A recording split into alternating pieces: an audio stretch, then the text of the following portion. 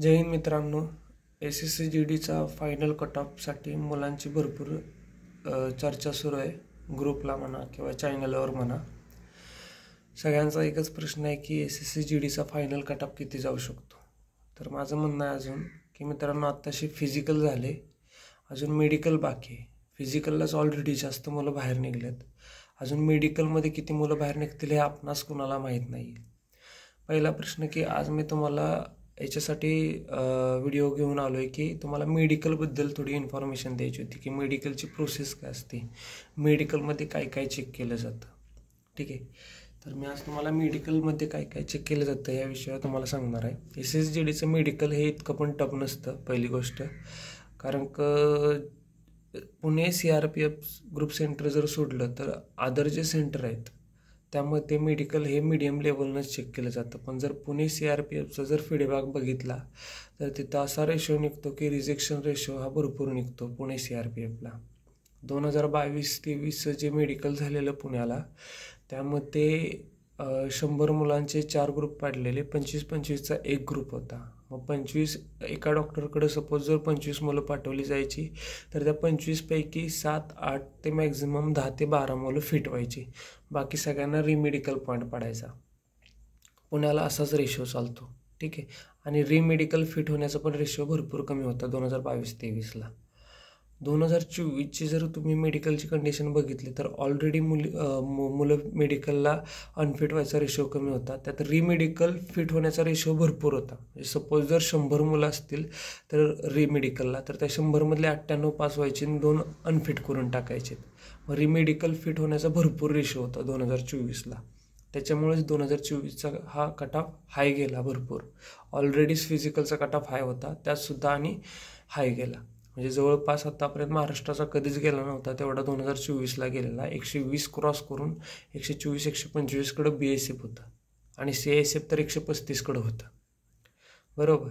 आता ही जी भरती आहे 2025ची, हे 2023 गत सुरू आहे. म्हणजे 2022-23ला जी कंडिशन होती तीच सध्या 2025ला आहे. त्याच्यामुळे जो फायनल कटऑफबद्दल जी तुम्ही चर्चा करताय तो फायनल कटऑफ काही इतका वाढणार नाही माझ्या अंदाजे, कारण की ऑलरेडी 50% मुलं हे फिजिकलला कट झालेत. आता मेडिकलचा कटऑफ लागेल.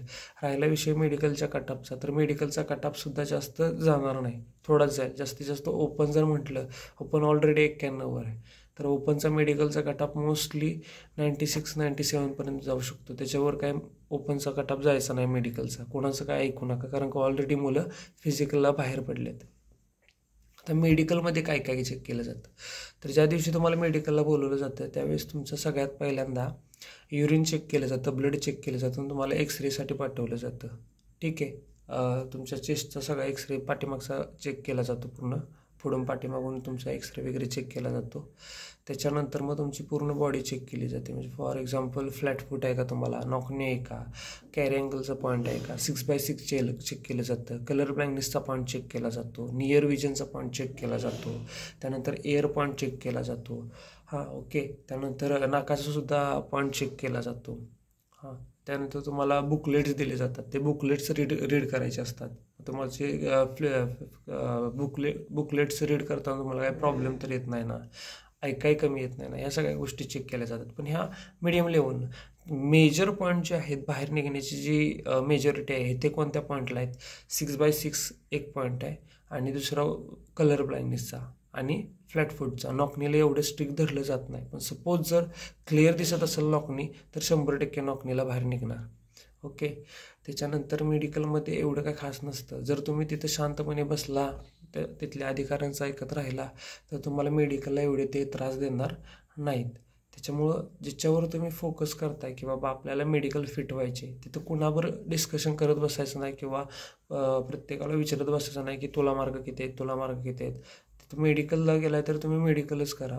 विनाकारण तुम्ही एकमेकांना मार्क विचारून तिथल्या अधिकाऱ्याच्या नजरेत येऊ नका की बाबा हे लय कालवा करतात, ह्याला दाखवलंच पाहिजे आपण काय आहे ते. ठीक आहे. सो तुम्हाला सांगायचं कारण हे आहे की बाबा मेडिकलला ज्यावेळेस तुम्ही जाचाल ना, त्यावेळेस सगळ्यात पहिल्यांदा तुम्ही पूर्ण तुमची बॉडी क्लीन करून जावा, जेणेकरून तिथं जाऊन पुढे प्रॉब्लेम होऊ नये. पेनिससुद्धा चेक केलं जातं. त्यानंतर पायल्सचा पण पॉईंट चेक केला जातो. त्याच्यामुळे तिथली पण स्वच्छता करून जावा. आणि राहिला विषय तुमच्या हाताच्या बोटांचा.